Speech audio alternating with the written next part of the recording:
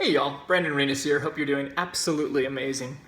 So today's topic is Donald Trump. Again, shocking! He's in the headlines, he's in the news. But today's more of just kind of a calm news day as far as I was concerned. He did make the headlines by actually saving roughly around 1,000 jobs with Carrier insulation, Carrier AC units, that kind of a company.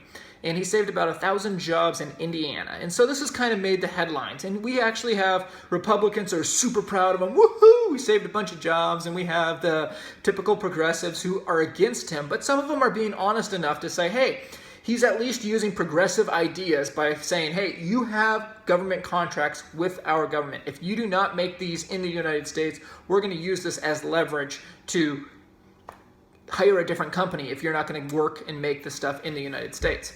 So some progressives are actually complimenting Donald Trump for doing this in some aspects.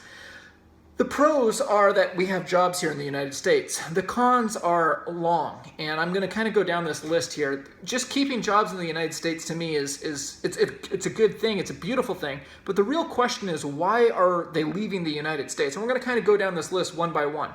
First of all, Carrier Air is a union company, and I don't find it shocking that any union company or that a high percentage of union companies happen to be leaving the United States.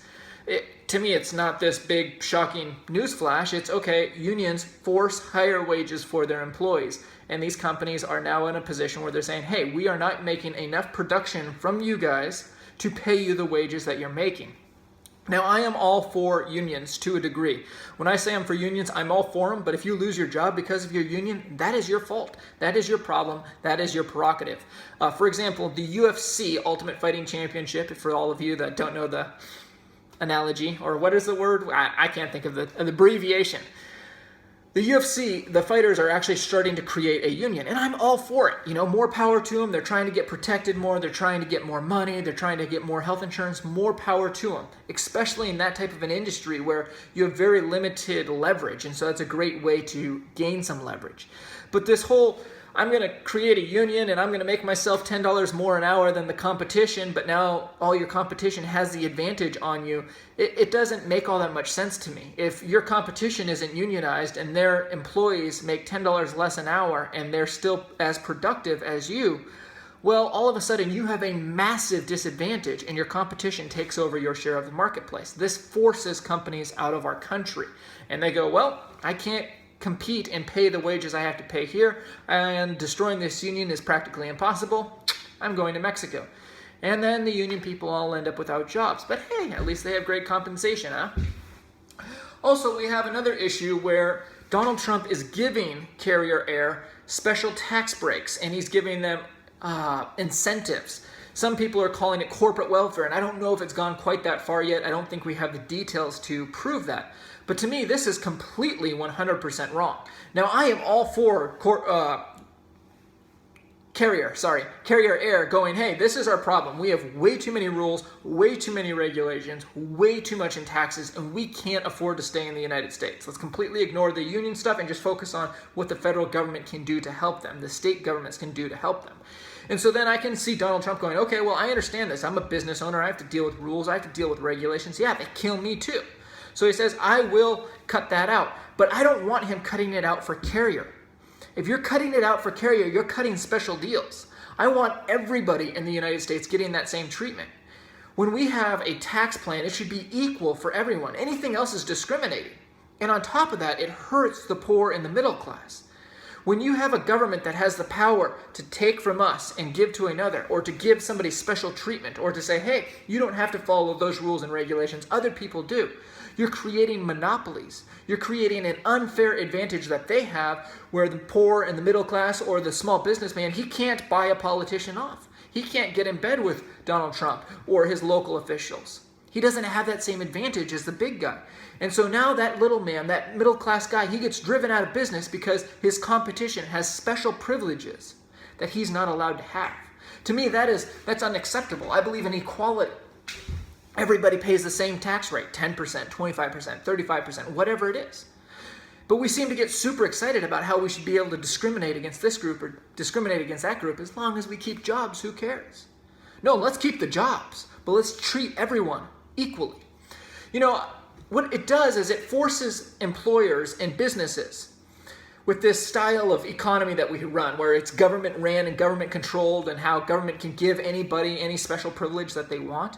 Instead of businesses, corporations, and business owners, CEOs, all fighting to take care of the consumer and to have the best possible product known to man, it turns their attention from product and customer satisfaction to buying a politician. Because you're guaranteed to have the customers. You're guaranteed to have them as long as you can have a monopoly, because they can't go anywhere else. You can jack the prices up all you want. So it is far more effective to get a politician in bed with you than it is to have a better product than your competition. Because if you can get rid of your competition, who cares about how crappy your product is?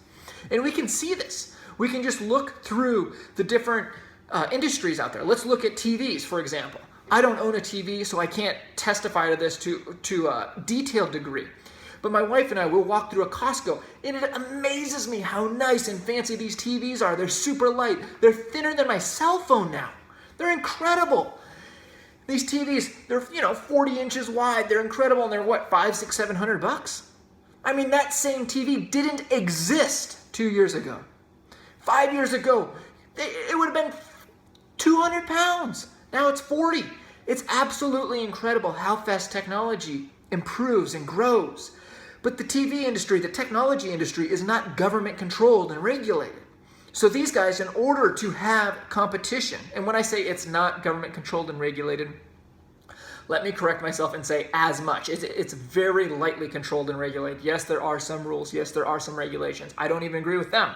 But it is far more of a free market. So the way Sony or the way Samsung or the way all these other LG, the way these companies gain an advantage on their competition is to have a better product, a cheaper product, a more quality product, a more long-lasting product, a product with more options than their competition. And that is why people will buy their TV. If they don't do that, they go out of business. And so that is the beauty of a free market. The poor are satisfied. The middle class are satisfied. Technology constantly gets better. How does that not help everyone? They're still making good profits. Absolutely. But now if we take that same exact idea and go, okay, well, let's go into a government-controlled, regulated sector. Well, we could look at the medical sector. Quality is horrible. Your patient-doctor relationship is horrid. Look at how expensive drugs are. I mean, if I have to go down this list and actually try to compare these guys, and you think that TVs are worse than the medical sector, I'm not going to be able to make an analogy that's going to wake you up. It's horrible. And so to me, it's black and white, the difference between government regulation, government control, and a free market. It's just a beautiful thing that helps the poor, the middle class, and the wealthy. It helps everyone. And it creates a fair playing field where if you start slacking, if you don't keep improving your product, if you don't keep helping your customers, you have someone else nipping at your tail that will actually put you out of business. And that is what we want. That actually helps everyone. So when I hear that, oh, he's going to give him a special tax break, I don't like that. I want every company taxed the same. I want every person taxed the same. I want rules and regulations that are equal for everyone. I want equality. I don't want to discriminate. And that to me is what's being overlooked when it comes to this carrier air deal and how Donald Trump saved the jobs. Thank you so much, guys. Have a wonderful evening. Have a great night. Or I guess it'll be morning by the time this is posted. Peace out.